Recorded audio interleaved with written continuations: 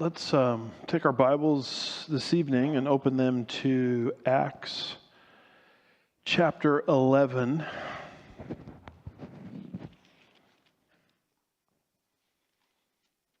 And people say, are we ever going to get out of Acts 11? Well, you'll be heartened to learn that we're in Acts 11, verse 30, which means this is the last verse of the chapter.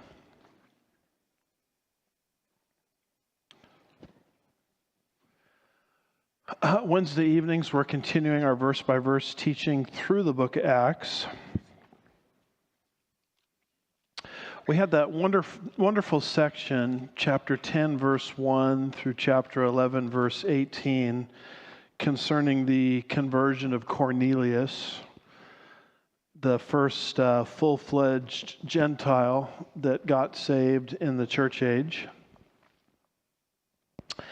And that section was followed up beginning in verse 19 through the end of Acts 11 on what the Lord was doing up north in Antioch, the church spreading from Jerusalem up north. And we talked about how Antioch is a big deal because it's from Antioch the three missionary journeys are going to be launched that are coming in chapter 13. So you can take that information about Antioch and you can divide it into two. You've got the development of the church in Antioch, verses 19 through 26, and how that church became a giving church. So you see their benevolence in verses 27 through 30. And that benevolence section, which we're almost finished, really begins with a prophecy that Agabus made.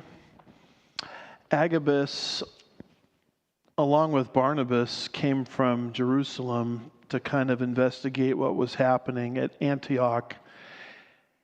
And Agabus predicted a famine all over the known world, verse 28. That would take place in the reign of Claudius. So the church at Antioch realized that the church in Jerusalem would suffer because of this. That was their mother church. It's like your mother in her older age. You don't want to neglect her. So that's how Antioch felt about Jerusalem, and they took up this collection to help the Jerusalemites, the Jerusalem saints in particular, because they knew that this famine was coming thanks to Agabus's prophecy. So Agabus's prophecy is described in verses 27 and 28, and the relief package, we can put it that way, is described in verses 29 through 30. The money is collected, verse 29, and now the money is sent, verse 30. So we pick it up there in verse 30, which I had hoped we would finish last week, but we didn't quite finish verse 30. But I didn't want to rush over it because there's some important stuff in that verse, just like there's important stuff in any verse of the Bible. It says, "And this they did, sending in charge of Barnabas and Saul and to the elders." So the money was delivered by Barnabas and Saul. You remember the last time we left Saul, he was in Tarsus at the end of chapter 9. And Barnabas went and got Saul and brought Saul. First of all, Barnabas was dispatched from Jerusalem to see what was happening in Antioch. Is this really a work of God or not? And Barnabas rejoiced that he saw the grace of God at work in Antioch, and considerable numbers were being brought to Christ. So Barnabas at that point finds Saul, who's still in Tarsus, and brings him to Antioch, and the two of them teach this giant flock of believers for over a year. And now it's Saul and Barnabas who are being dispatched from Antioch to go back to Jerusalem to deliver this relief package. So the money is sent through Saul, verse 30, and Barnabas, verse 30. And this, of course, reminds us of the qualifications of elders and deacons. We're going to get to elders in just a second. But Paul the Apostle, later in 1 Timothy chapter 3, is going to lay out the moral qualifications of being an elder or a deacon in a local church. And this is important for us because and I think we're getting close to doing that in this church. When people's terms are up, we accept nominations from the congregation, concerning who would be a good elder or who would be a good deacon. And so, who do you pick for those positions? The person that's the best looking. I don't know if that would apply to our elder board per se, but maybe some of them. Do you pick the person that's the most popular? Do you pick the person that's the most successful in business? Well, what you'll discover is God is very clear concerning people you pick, and the qualifications are given in 1 Timothy 3, verses 8 through 13. And almost all of them, if not all of them, relate to character, Christ-like character.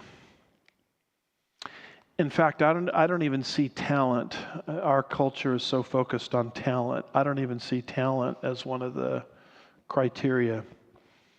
The only thing it says about teaching is it says they have to be apt to teach. It doesn't even use the word charismata. They have to have the spiritual gift of teaching. They just have to be apt to teach. But as you peruse those verses, and you should, because you're nominating people from the flock to the elder board, so you should know the kinds of people you look for. It says this of deacons. Deacons likewise must be men of dignity, not double-tongued, meaning, gossips or backstabbers or that kind of thing, or addicted to much wine. And then it says this, or fond of sordid gain. So you would not want a person in the position of deacon who has a weakness with money, because they're dealing with a lot of church money. I mean, our deacons are back there every Sunday counting money, recording donations, making sure funds get to where they're supposed to go. And you could imagine, and we have a policy, by the way, of two, not one, but two of them have to be in the room, doing these distributions, calculations, all that kind of stuff. But you can imagine the disaster it would be if you put someone in that position that had a weakness for materialism or material gain. It would be like a Judas situation, where Judas had control of the money bag in the ministry of Jesus. And he used to help himself. We call that today embezzlement. He used to help himself regularly to whatever was in there he just took. And in fact, that's why he got upset when one of the sisters, you remember, began to pour expensive ointment on Christ. He basically said, and I think you'll find this in John 12, towards the beginning of the chapter, about verses 1 through 6. He said this should have been, this ointment, this expensive oil should have been sold to the poor. Actually, it should have been sold, and the money should have been given to the poor. And then John adds this parenthetical comment. This he said, not because he cared about the poor, but because he was in charge of the money bag and he used to steal what was in it. So he was just looking for more money to steal, and masqueraded his true motive as he cared for the poor. So that's the kind of situation you have if you don't have people of character in the position of deacon. But fortunately, in this case, Saul is a man of character, Barnabas is a man of character, and so they're taking this contribution, this financial relief from Antioch back to the mother church in Jerusalem because of the famine that's coming that they're now aware of thanks to Agabus's prophecy. And here's something that's very interesting that kind of gets overlooked by a lot of commentators. It says Saul and Barnabas are taking the money from Antioch back to the elders in Jerusalem. Now, this is very interesting because this is the first use of the expression elders in the whole book of Acts relative to the church. So this is a key point of development as Luke is recording the birth and growth of the church. This is a key point of development in the leadership structure of the church. You know, what is the leadership of structure of the church supposed to look like? Well, you have your first clue here, as those leaders in Jerusalem are referred to as elders. And basically, any church that you go to today on the denominational landscape will have one of three models for church government. In other words, somebody has to make the final decision about all kinds of matters. The first model is called the Episcopalian model. That's the model that I grew up in, the Episcopalian Church. It's what's called bishop rule. And it's the idea where a bishop kind of rules over multiple. In the Episcopalian denomination, they don't call them churches, but they call them parishes. So in the church that I grew up in, you know, there was a special chair set up for the bishop. And when he came, all the priests were always nervous and everything. And the bishop sat in this giant chair, you know, towards the middle of the building. And it was like a big deal. And my brother got into trouble because he was an acolyte and he sat prematurely in the bishop's chair as a little kid and got kind of chewed out by the priest. But that's called basically the Episcopalian model. Every model claims scriptural support. The Episcopalian model claims Acts 15 because they say that the decision that was made in Acts 15 affected all the churches. The only problem with using Acts 15 is Acts 15 is talking about the apostles. And I don't think we have any apostles today. If you are an apostle, tell me how you keep yourself looking so young, because you should be about 2,000 years old by now, looking at what the biblical criteria are for an apostle that we've already studied in Acts 1. It's basically someone that had to have seen the risen Christ. The second model is called the congregational model, where the seat of authority is in the congregation. So there's perpetual votes and all of these kinds of things, and majority rule. You know, kind of like how America is set up. It's the people that are supposed to be the monarchs sort of thing, and what the people want goes. And this group claims Acts 6, verses 1 through 7 for support, where a decision was made by the apostles, but it says in Acts 6, verses 1 through 7, and this deals with the distribution of food to widows. It says this decision pleased the whole congregation. And so they derive from that you can't go forward with a decision in the church unless the congregation votes for it or backs it up. I mean, and the problem with what they're doing with Acts 6 is it doesn't say the authority rested with the congregation. It just says they happen to, in this instance, you know, agree with what the apostles were doing. But they had really you read through Acts 6, they really had no authority to veto what the apostles were doing. But that's the congregational rule verses that are used. You know, the basic problem with congregational rule is if the purpose of the church is to lead the flock to maturity, which is what its purpose is, Ephesians 4, verses 11 through 16, then you've got a scenario where, as I like to call it, the inmates are running the asylum. Let's just put it that way. The prisoners, pardon me for these crass analogies, is the only thing that come to mind. The prisoners are running, the inmates are running the prison. In other words, you're putting people that are in a state of immaturity to be led into maturity in position of authority over those leading the flock into maturity. So it's like a parent taking orders from their child kind of thing. And so that's really the problem with congregational rule. And then there's the last model here, which I think is the one that has the best biblical support. And you're in a church, Sugar Land Bible Church, that follows this last model. It's basically elder rule. I threw the word Presbyterian in there, but don't let that sidetrack you. The word elder in Greek is presbyteros, if I have that right. And basically, it's this idea that a congregation is governed by a plurality of godly men. It doesn't say anywhere how many elders you have to have, but it does indicate a plurality of elders.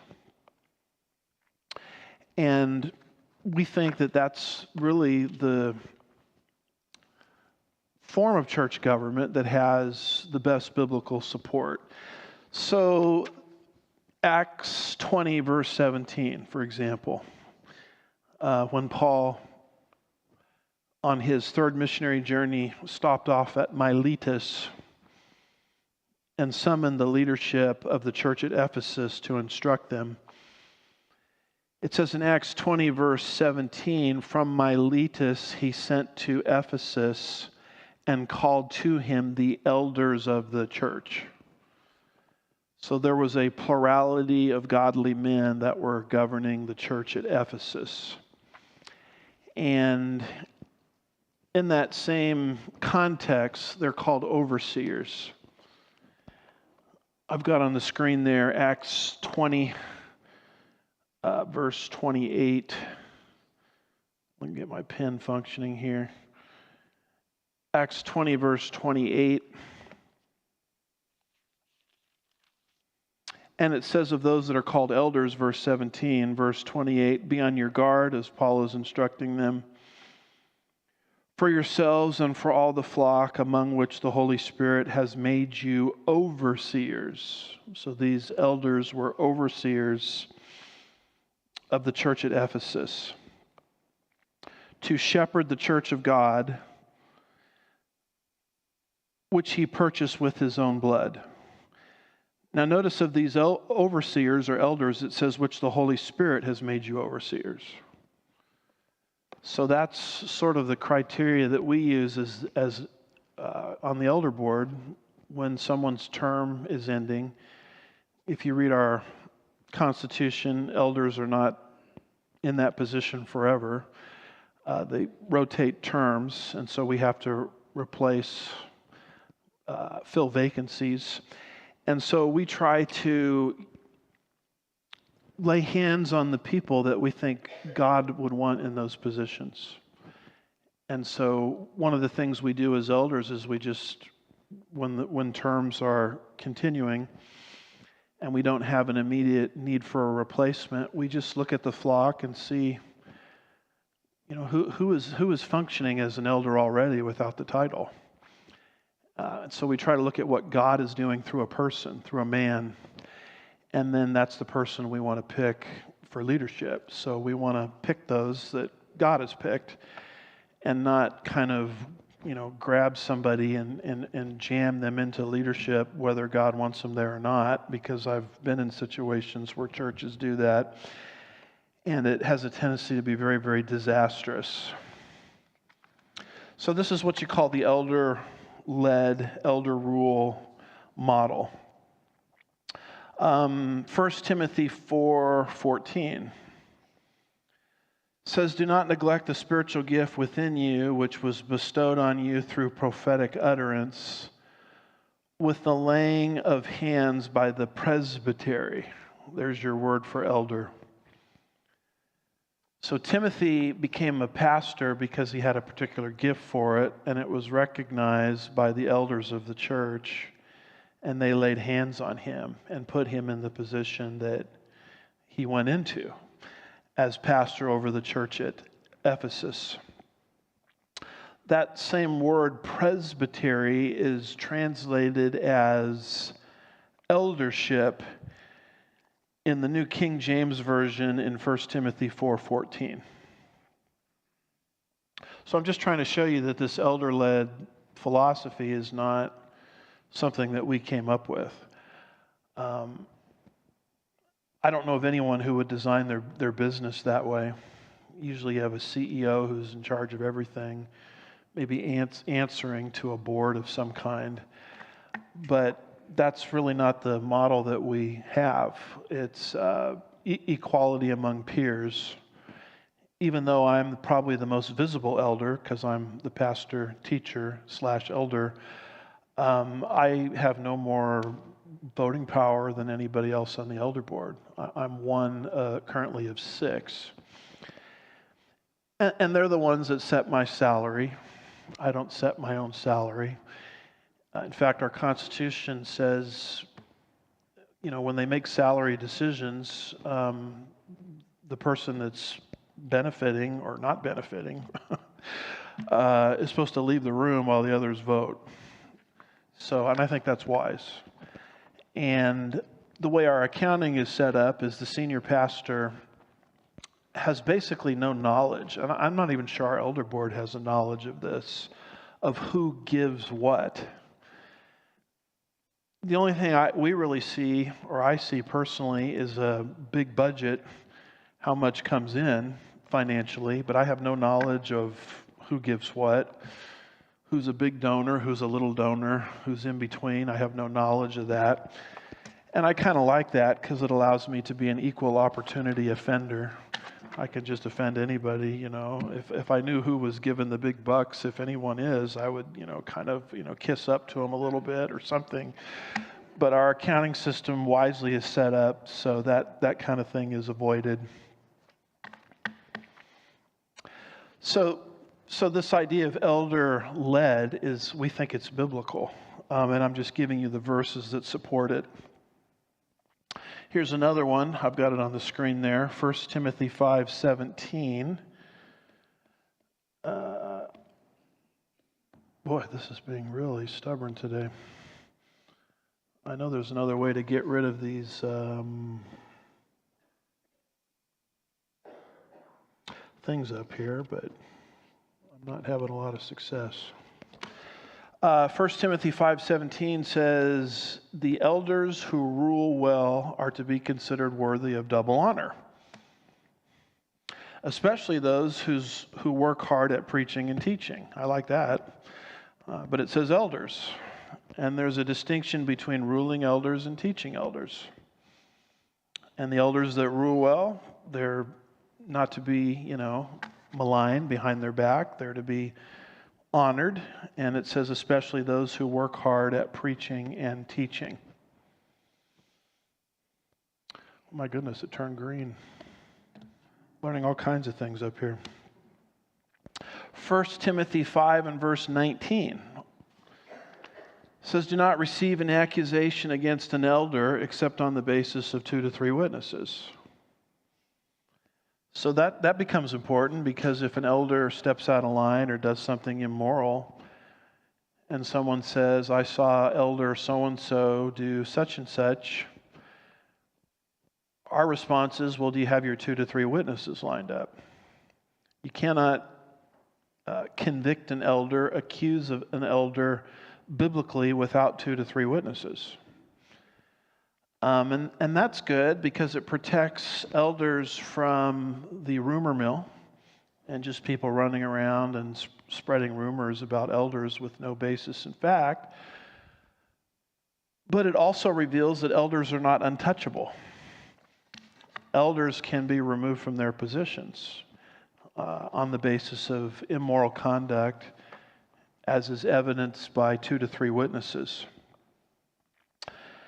Titus 1 verse 5 says this of elders, "For this reason I left you in Crete, that you would set in order what remains and appoint elders in every city as I directed you."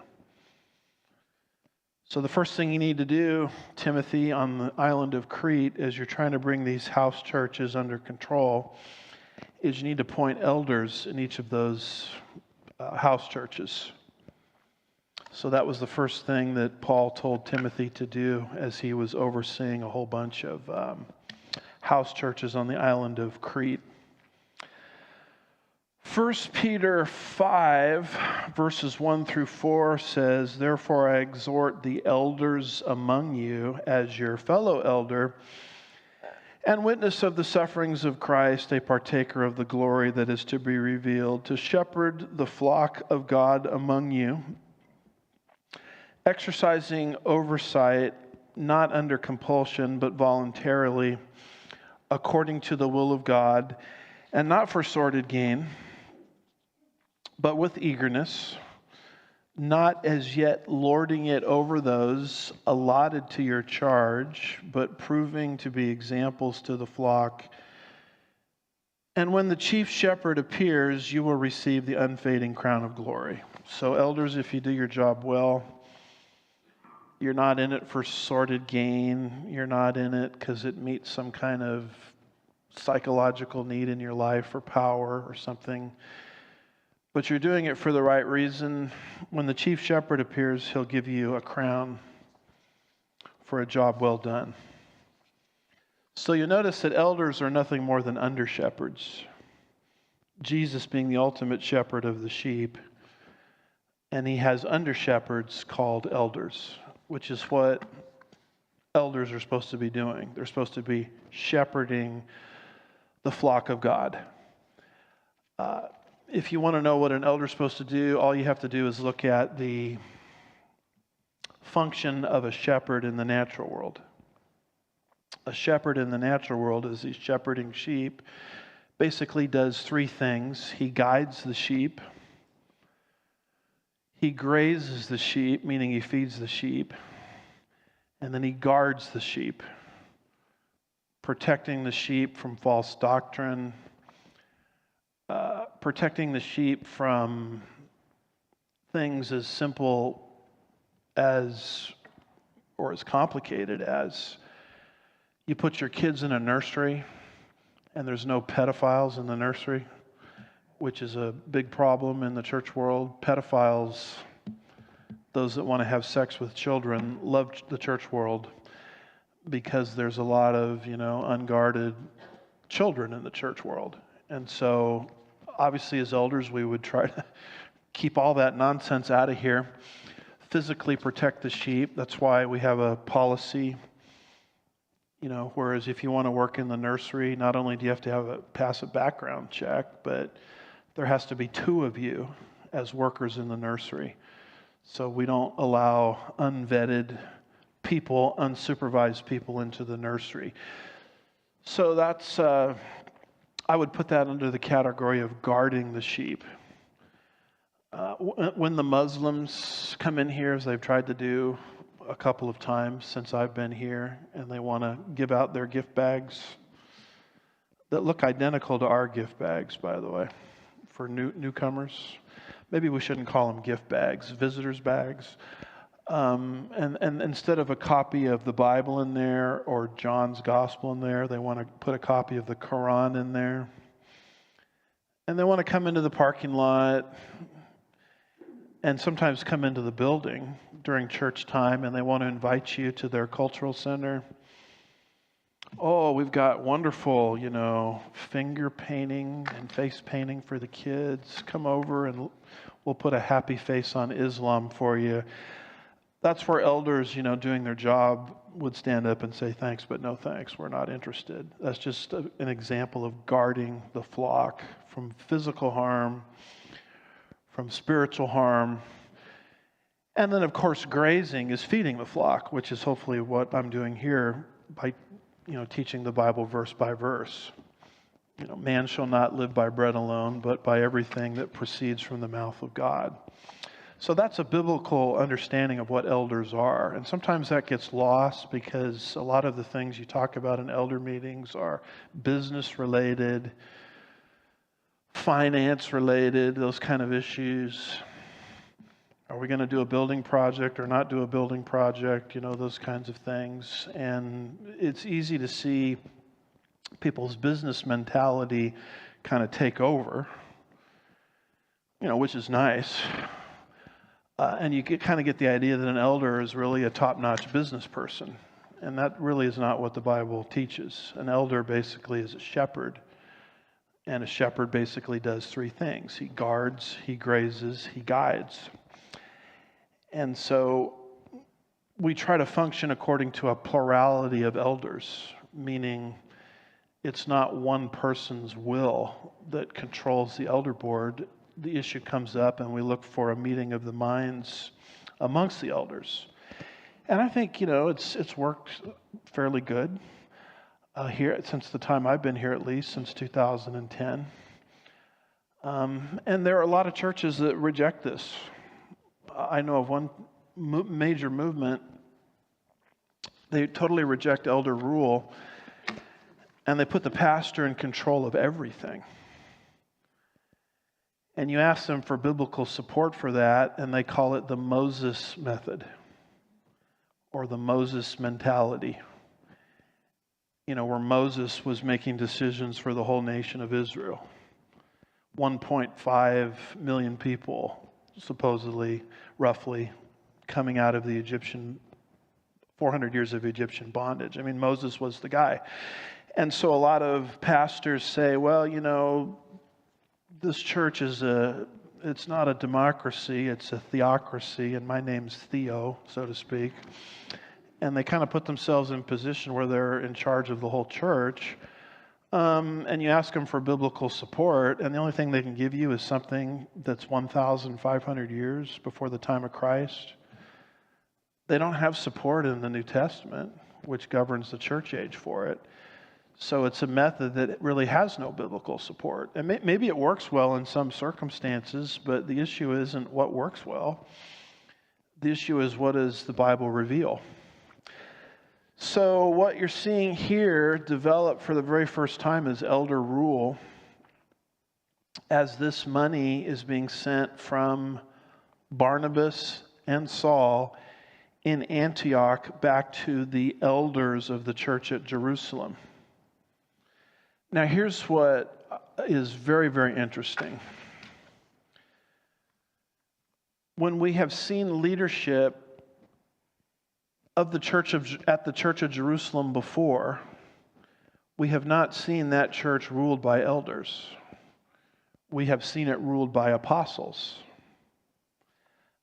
For example, they made a big decision concerning the appointment of deacons in Acts 6. Verses 1 through 7, and the guys that made that decision are called the 12. Acts 6, verse 2. Acts 6, verse 6, they're called the apostles. There was 12 of them. And they made a decision to appoint 7 men who later, as we explained back in Acts 6, became deacons. So why is it then that if the apostles are making decisions for the church at Jerusalem, why is it here that the gift is sent from Antioch through Barnabas and Saul? Why is it sent to the elders of the church at Jerusalem? Shouldn't it say apostles? Well, what you're starting to see here in the book of Acts is God is phasing out apostles. The gift of apostleship was not designed to last forever. Eventually, the ball, so to speak, had to be handed off to another leadership structure called the elders. So what you're watching here in the book of Acts is a transition from apostles to elders over the Jerusalem church. And that fits very well with what the Apostle Paul says about apostles. He will later say in the book of Ephesians, chapter 2, verse 20, concerning the church, having been built on the foundation of the apostles and the prophets, Christ Jesus being the cornerstone. So when he uses this expression, wow, look at that. I've even changing colors here. I really need to get this thing down. Well, that didn't help either. I'm going to have to come in here for like a practice session or something, because maybe some of my art people, Laura, can help me. But when he makes the point that the church was built on the foundation of the apostles, let me ask you a question. How many times in a building structure do you lay a foundation? You lay it one time. And that's what you're seeing here in the book of Acts. I mean, the whole church got off the ground through the apostles. I mean, they're the key decision makers in Acts, but now the money is being sent back to the elders. The first time we see the word elders in the book of Acts, so what is happening is the foundational gift of apostleship is starting to fade away and pave the way for the governing structure over congregations that we know of today, called elders. So backing up just a little bit, when we make decisions as elders at Sugar Land Bible Church, we're not doing it as bishops. We're not making decisions for other churches. We have had people come here and ask our advice on different things, but it's just advice. It has no authority to control another or to have any influence, binding influence, I should say, over another flock. They're going to have to make up their own decisions because we reject the bishop rule model. When we make decisions as elders, we would certainly consult the congregation. I mean, that's just common sense. What do you think about this? What do you think about that? But when it comes to a final decision, it's not the congregation that makes that decision. It's the elders. I think there might be one exception to that in the constitution of Sugar Land Bible Church related to debt. We can't go into debt without congregational approval, and that's what our Constitution says. But other than that, it's elders that make the primary decisions, listening to the voice of the congregation, but understanding that it's not the congregation that has the final say. We don't believe in a theocracy in the sense that the pastor controls everything, because there's no biblical support for that other than Moses, which is a different dispensation entirely. That's the nation of Israel under law. We're not in that dispensation. We're in the church age. But we do believe that the local church, Sugar Land Bible Church, should be governed by a plurality. Bible doesn't say how many necessarily, of godly men, seeking a common mind through prayer about different decisions. So I hope you found a little of that helpful. You'll notice that the money was not sent to judges, kings, patriarchs, prophets, or tribes. I mean, why wasn't the money sent to judges, kings, patriarchs, prophets, tribes, etc.? Because that's how Israel functioned. The church is not Israel. The church is a new man. It's not even a nation. It's a spiritual man, and it has a completely different leadership structure. And that leadership structure is the plurality of godly men on the so-called elder board.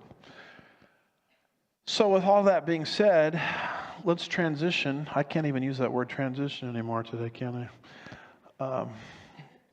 What's another word I could use? Let's move on. How's that? To chapter 12. And here we're dealing with the fourth persecution of the Jerusalem church. So the church at Jerusalem has already been persecuted a number of times by the leadership structure of unbelieving national Israel. This happened in chapter 3. This happened in chapters 4 and 5. This happened again in chapter 8. And now here we are in chapter 12, and it's happening all over again. And this time the unbelieving Israel structure is going to go after not a deacon, Stephen, remember, the first martyr of the church age. They're not going to go after the Christian Jewish population in general, but they're going to actually try to take out two apostles. The first apostle they're going to kill. His name is James. And the second apostle they're going to throw in prison. His name is Peter. And so we pick it up here, verses 1 and 2, with James' death. And we have a guy named Herod in control. We have his goal, and we have his victim. And I'm in chapter 12 and verse 1.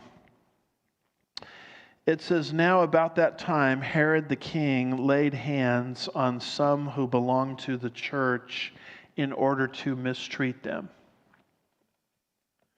So you notice this expression here, "now at that time." So the reader is supposed to contrast what's happening in chapter 12 with what just happened in chapter 11. Chapter 11 is a beautiful picture of the church at Antioch.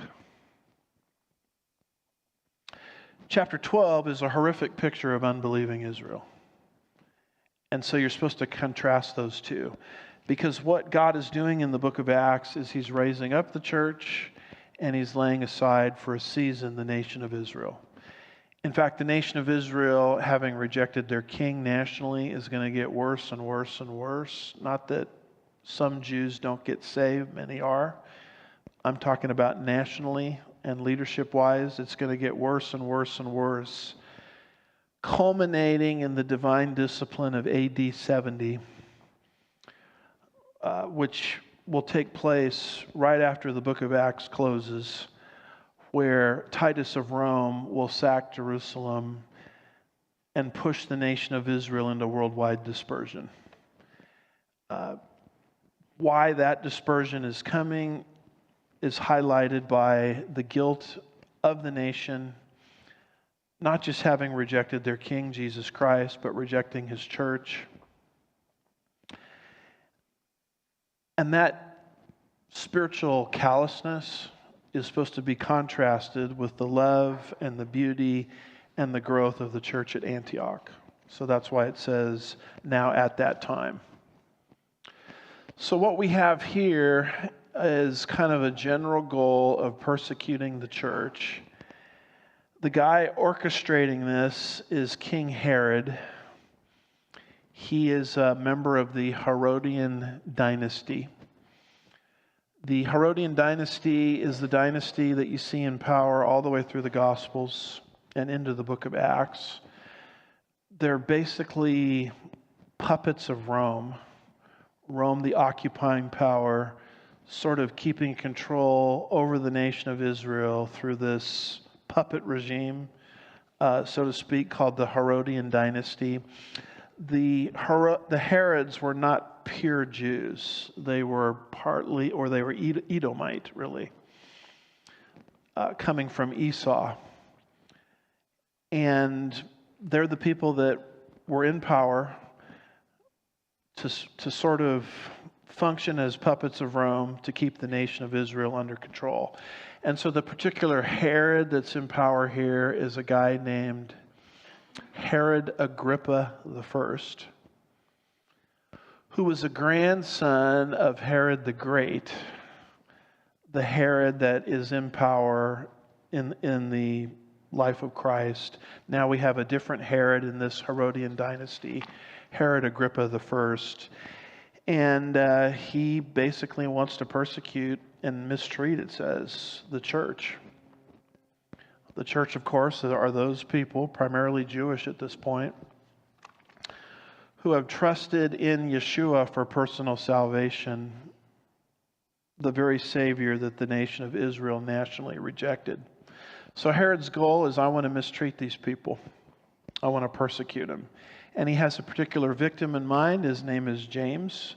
You see it in verse 2. And he had James, the brother of John, put to death with the sword. The New Testament is a little tricky because there's 4 James of prominence that we know of in the New Testament. Here's Acts 1, 13 and 14, where it lists all 4 James. First of all, there was John and James. And then there was another James, the son of Alphaeus. And there was another James, the son of Judas, not the Judas you're thinking of, Judas Iscariot, a different Judas. And then Jesus had 2 half-brothers, right? At least 2 half-brothers. They weren't full brothers because Jesus was born of a virgin, right? But following the virgin birth of Jesus, Mary and Joseph had a normal marital sexual relationship. And from that union came forth what we call the half-brothers of Jesus Christ, sharing the same mother, but obviously not the same father, because Jesus was virgin born. And 2 of them wrote New Testament books, and those are James and Jude. And I think there was a few others of them as well. Of course, the Roman Catholics don't want you to know about these half-brothers because they want you to believe in the perpetual virginity of Mary, that she just stayed a virgin her whole life. Well, that's false doctrine. The Bible doesn't teach that. Surely she was a virgin at the time of Christ's conception and birth, but she did not stay a virgin her whole life, or else where did these half-brothers come from? So the 2 James in the middle there are not the James we're talking about here that was killed. His brothers at the very end there, James and Jude, the half-brothers, are not the James we're talking about here. But the James that we're talking about here that was martyred by Herod Agrippa is the first James that I have underlined. It says, when they entered the city, they went up to the upper room and they were staying where they were staying. That is Peter and John and James. So this particular James is the brother of John, the son of Zebedee. And the 2 of them were called the sons of thunder. And so I guess this particular James was pretty aggressive. He was one of the original 12. The 2 in the middle are kind of lesser known James. We don't really hear much about them as we continue through the New Testament. And of course, we're not dealing with the half-brother of Christ, James, because he's going to write an epistle about AD 44, which comes later. But we're dealing with John's brother, the son of Zebedee, one of the sons of thunder. That's the one that Herod Agrippa took out.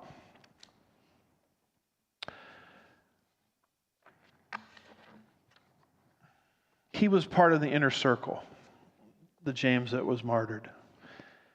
The inner circle of Jesus consisted of Peter, James, and John. They're always together in the Gospels.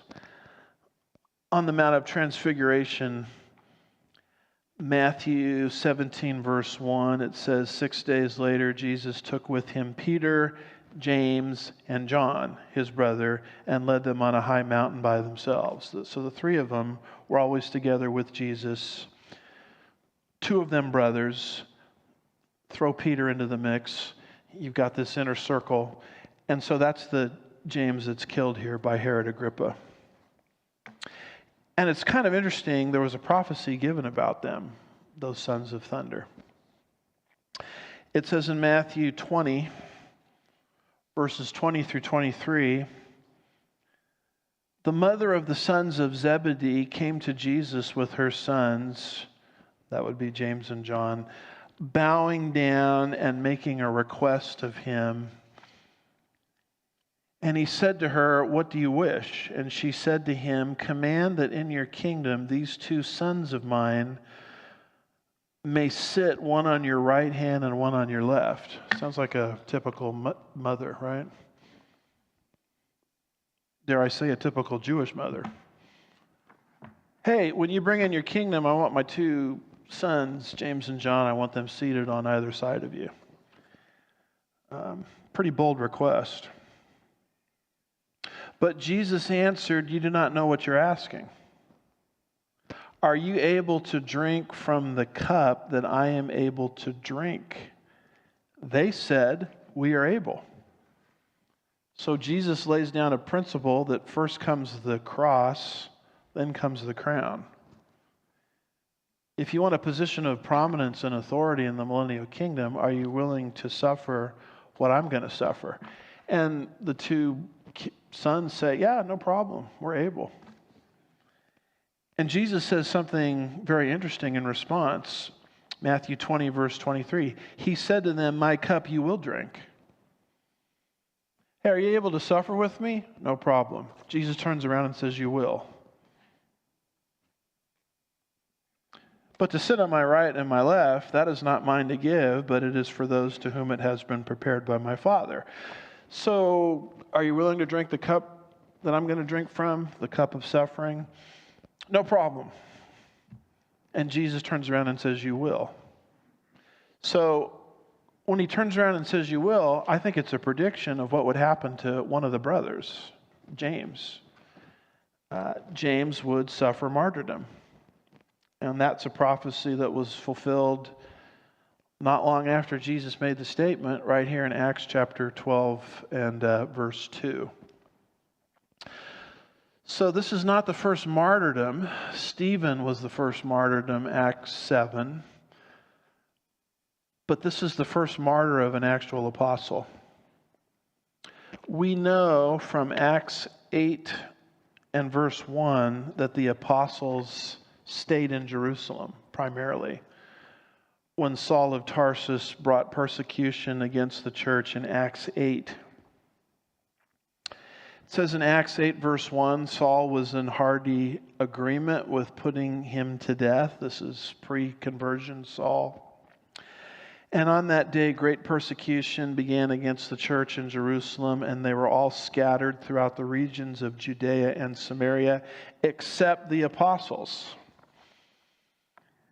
So that's why the apostles are still in Jerusalem to be martyred by Herod Agrippa I. So we're not dealing here with a general persecution anymore. Acts 8 verse 4 talks about a general persecution. Therefore, those who had been scattered went about preaching the word. Verse 3, but Saul began ravaging the church, entering house after house, dragging off men and women. He would put them in prison. Acts 11 verse 19 sort of picks up on this, and it says, those who were scattered because of persecution that occurred in connection with Stephen made their way to Phoenicia, Cyprus, Antioch, speaking the word to no one except to the Jews alone. So what we've seen so far is the martyrdom of a deacon, Acts 7. We've seen general persecution, but we haven't seen anything like this yet, where the leader of the Herodian dynasty just took out an apostle. And so what Luke is developing for us is Israel's hatred for the things of Jesus Christ nationally is getting worse and worse and worse, which is going to explain why God is going to lead them into discipline in AD 70. And God never leaves the earth without a witness of himself, so he's raising up the church. Not to permanently replace Israel, or else we'd be teaching replacement theology. Israel in the future will come back into the fold, but in the meantime, Israel is under discipline. Israel has been in timeout, shall we say, for the last 2,000 years. Under the rod of divine discipline, which is what God said would happen, going back to the Mosaic law in Deuteronomy 28. But God doesn't leave the earth without a witness of himself, so he's raising up the church as his witnesses, those who have trusted in the very Messiah that national Israel rejected. So James dies. And the second thing that happens in this chapter is Peter doesn't die, but he's thrown in prison. So now Herod Agrippa I is going after apostle number 2. And so we see Peter's arrest there in verse 3. Look at verse 3 of Acts chapter 12. When he, that's Herod Agrippa I, saw that it pleased the Jews, he proceeded to arrest Peter. Now it was during the days of unleavened bread. So Herod Agrippa I has a motive. He saw that when he killed James, it pleased the Jewish population. And one of the things to understand about the Herodian dynasty, because they were partially Edomite and half-breeds, and really puppets of Rome when you get right down to it, they were very insecure over their own throne. Herod Agrippa I, like all of the Herods, had a real insecurity problem. I mean, you see that with Herod the Great, right? In the Christmas story.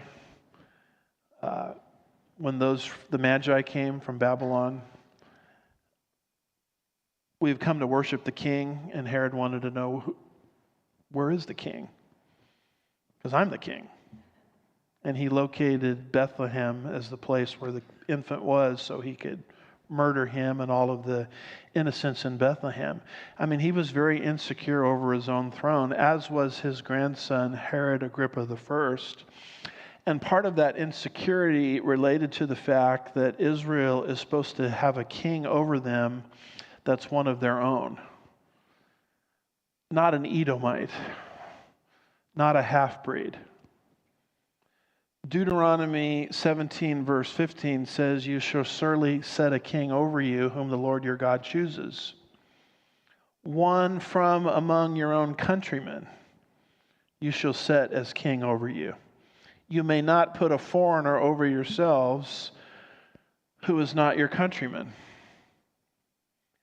So if you want to have a king, he's got to be just like you, Jewish. And here's a guy that's Edomite.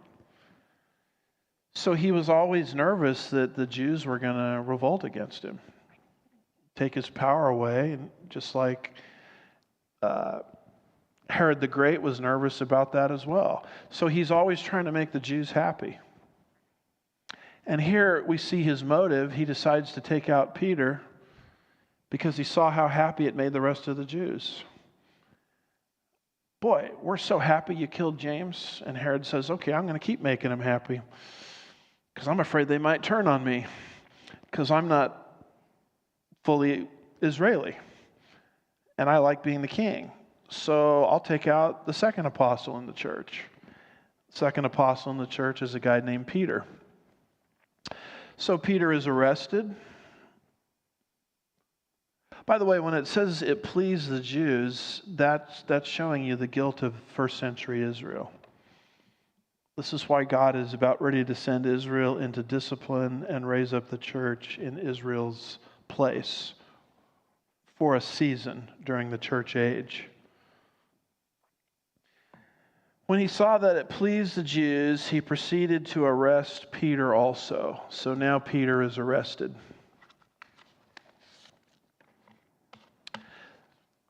He is the second apostle persecuted. First apostle persecuted is James, one of the sons of thunder. Now Peter is not martyred as was James, but he's thrown in prison. Now this is going to be Peter's third time in prison in the book of Acts. I mean, the guy's in and out of prison all the time. Acts 4 verse 3. They laid hands on them and put them in jail until the next day, for it was already evening. Acts 5 verse 18. They laid hands on the apostles and put them in jail. Now for Peter, it's round 3. And notice the timing of this. Verse 3, now it was during the days of unleavened bread. So here are Israel's feasts, going back to Leviticus 23. 4 in the spring, 3 in the fall. You can see where these feasts fall on Israel's calendar. And you can see what Israel's months of the calendar look like compared to our months of the year. But essentially the way it worked is there was Passover, commemorating what happened in Exodus 12, Exodus 11, etc., with the Passover lamb. And then there was 7 days of the Feast of Unleavened Bread. So he was waiting for Passover to run its course. He was waiting for the Feast of Unleavened Bread to run its course. Because, I mean, who wants to kill somebody during a feast, right? And then he was going to present Peter to the Jews and say, kind of like with Barabbas and Jesus, what shall I do with this man? And he was trying to make the Jews happy because he saw how happy they got when James was martyred.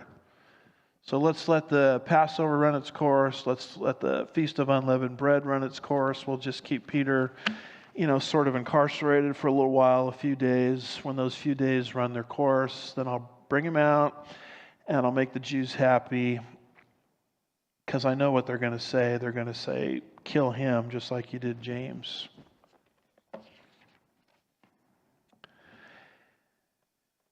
And then you have the incarceration of Peter described in verse 4.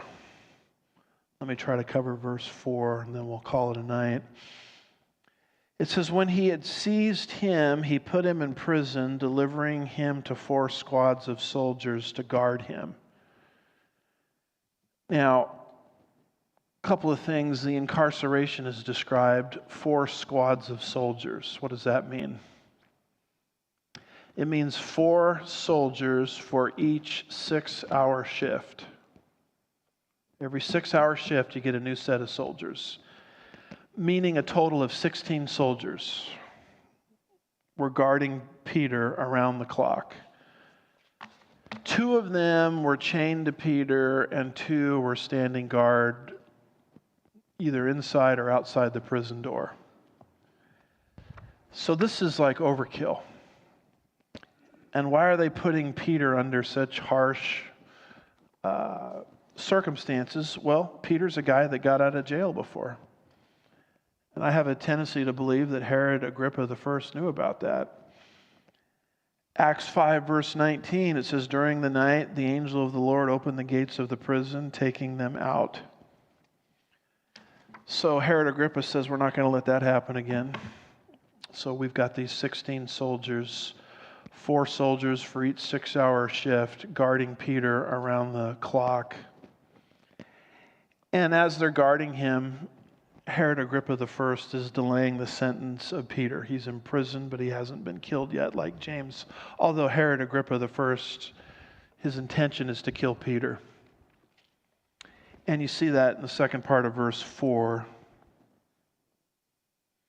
where it says, intending after the Passover to bring him out before the people.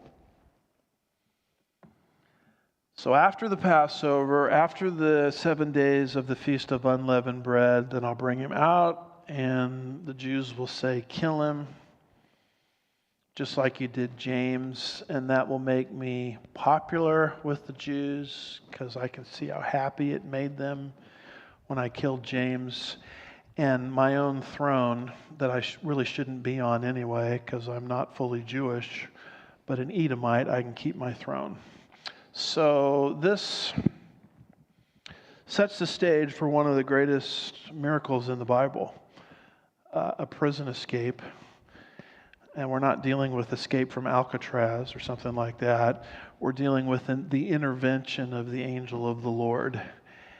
And so we'll pick it up there in verse 5. By the way, what is the church doing as this catastrophe is happening? They're picketing and petitioning, right? They're sending emails. they're on social media talking about how unfair it is. No, they're in prayer. They're in prayer. And boy, do their prayers get answered. So we'll pick it up there with verse 5. So I went 5 minutes over. Apologize for that, but we'll see y'all next week, unless you want to stick around for Q&A. So now's a good time to collect your young ones, etc., if you want to do that. Bill. And those that want to stick around for Q&A, we can do that as well.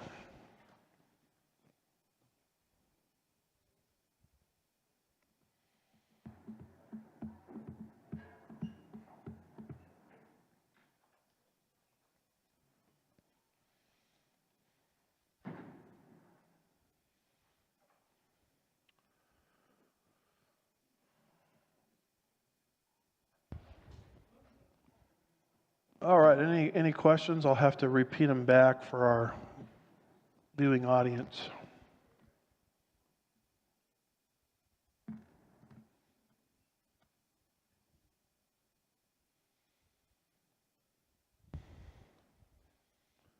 Questions, comments, observations, confessions, altar call.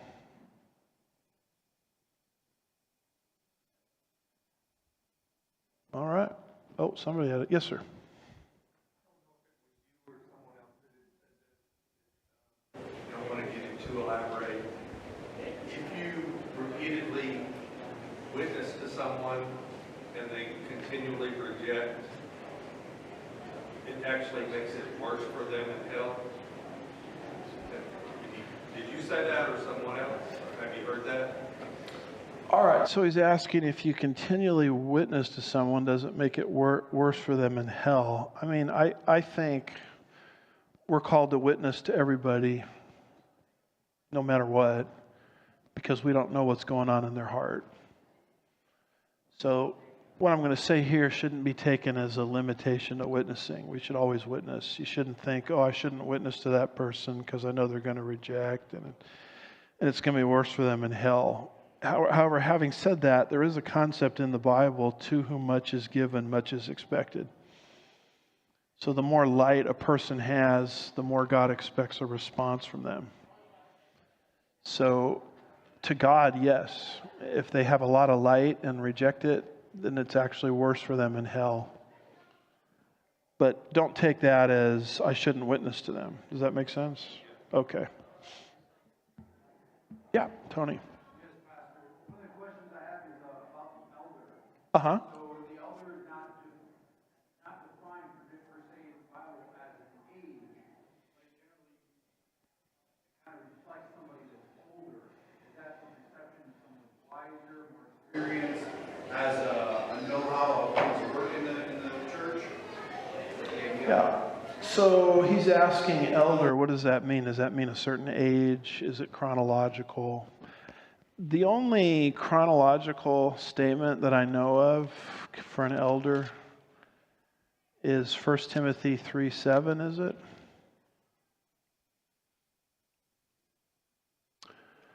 Verse 6, I'm sorry. It says, not a new convert, so that he will not become conceited and fall into the condemnation incurred by the devil. So it seems like and it doesn't give a lot of information, but someone that's a brand new Christian doesn't even understand the walk of God yet. Why would you put them into a position of elder? So I think rather than getting hung up on age, because I know some very young Christians that are very mature, and I know some very aged Christians that are very immature. Rather than get hung up on a chronological age, just don't appoint a new Christian, and then they have to demonstrate, through their walk, a lifestyle of godliness. And that's the kind of person that you would pick. That's why it'll say things like, in 1 Timothy 5, is it? Don't lay hands too quickly. Because we do that a lot in the church world. We pick a Saul because of their looks or whatever, when we could have had a David, if we just waited on the Lord. So don't evaluate candidates the way the world does. And don't be too quick about it either to fill a slot. Yeah. Yeah. So when it comes to the kingdom, I know we use the term forever or olam Uh-huh. for the 1,000 years. I think you covered this before, the term forever not meaning forever. Okay. Any clarification on that? Yeah, I think what you're asking is if the millennial kingdom is 1,000 years, why does the Bible say forever? Well, one reason is because it's going to pave the way into the eternal state, and that could be why it says forever. But the other thing is that the Hebrew word olam doesn't always mean forever and ever. It can mean that in some context. I think it means that in Psalm 90, verse 2, describing God. But if you look at Exodus 21 and verse 6,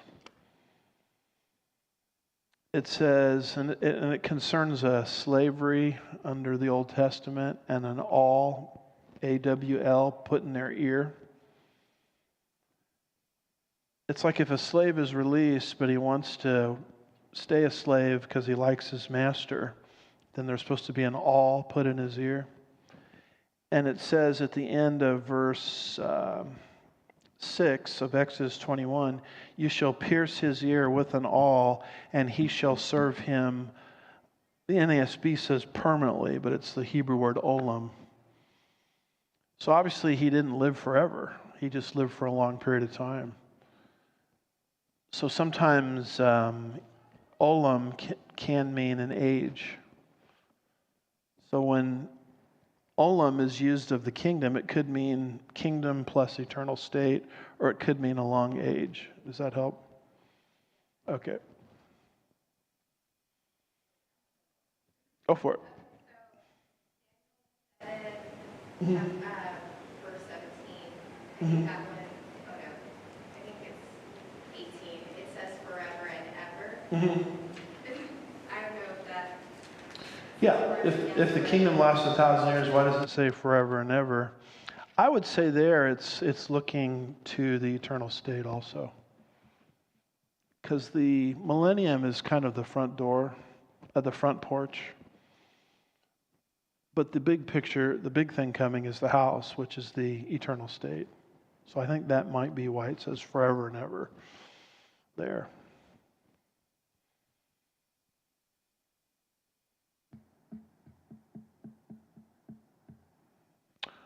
All right, well, I appreciate you guys. Stephen, would you like to close us in a word of prayer?